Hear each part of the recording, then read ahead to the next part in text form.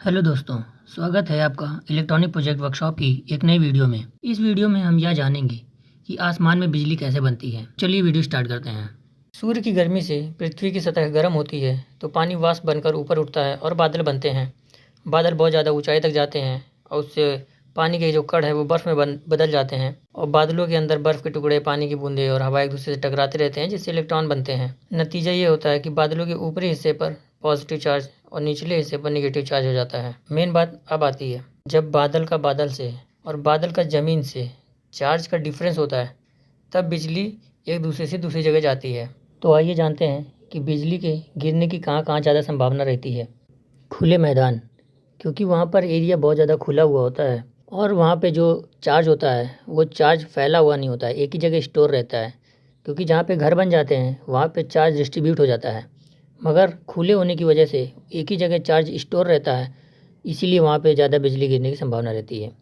दूसरा है पहाड़ी या ऊंचे इलाके, जो बादल से थोड़ा ज़्यादा नज़दीक होते हैं और खुले भी होते हैं, इसलिए वहाँ पर बिजली गिरने की ज़्यादा संभावनाएं रहती हैं।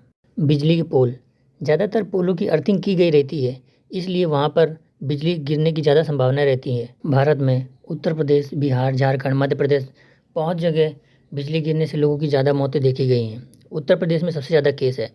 बिहार में हर साल सैकड़ों मौत हो जाती हैं। झारखंड में आदिवासी क्षेत्रों में ज़्यादातर बिजली गिरती है। कि बिजली हमारे लिए कितना खतरनाक हो सकती है, उसका वोल्टेज, करंट, तापमान कितना कितना होता है।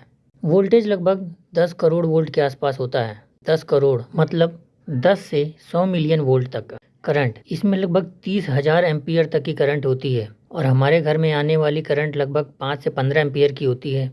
और आपको पता ही होगा कि हमारा शरीर 1 एम्पियर की करंट पे ही पूरा हिल जाता है। टेम्परेचर, इसका टेम्परेचर लगभग 30,000 डिग्री सेल्सियस होता है, यानी सूरज की सतह की तापमान से 5 गुना ज़्यादा, क्योंकि सूरज का टेम्परेचर लगभग 6,000 डिग्री सेल्सियस होता है। तो इससे बचने के क्या क्या उपाय हो सकते हैं, चलिए उसको भी जानते हैं। बारिश और बिजली के समय घर के अंदर रहें, किसी भी खुले पेड़ के नीचे ना खड़े हों। मोबाइल, टीवी, वायर, इन सब से जुड़ी हुई चीज़ें जितनी भी होती हैं उन सब में करंट आसानी से आ सकता है। जहाँ बिजली ज़्यादा गिर रही हो उस समय मोबाइल थोड़ी देर के लिए फ्लाइट मोड पे ज़रूर डाल दें। किसी भी अकेले मैदान में ना जाएं, क्योंकि मैंने बताया है कि वहाँ पर सबसे ज़्यादा अधिक चांस रहता है बिजली गिरने के।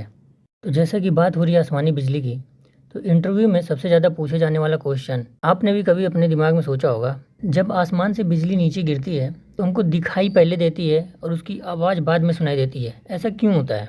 ये सब स्पीड का कमाल है। लाइट की स्पीड 30 करोड़ मीटर पर सेकंड होती है, जबकि साउंड की स्पीड 343 मीटर पर सेकंड होती है। इसलिए हमको चमक पहले दिखाई देती है और आवाज़ बाद में सुनाई देती है। आज की इस वीडियो में इतना ही। ऐसी ही जानकारी के लिए हमारे चैनल को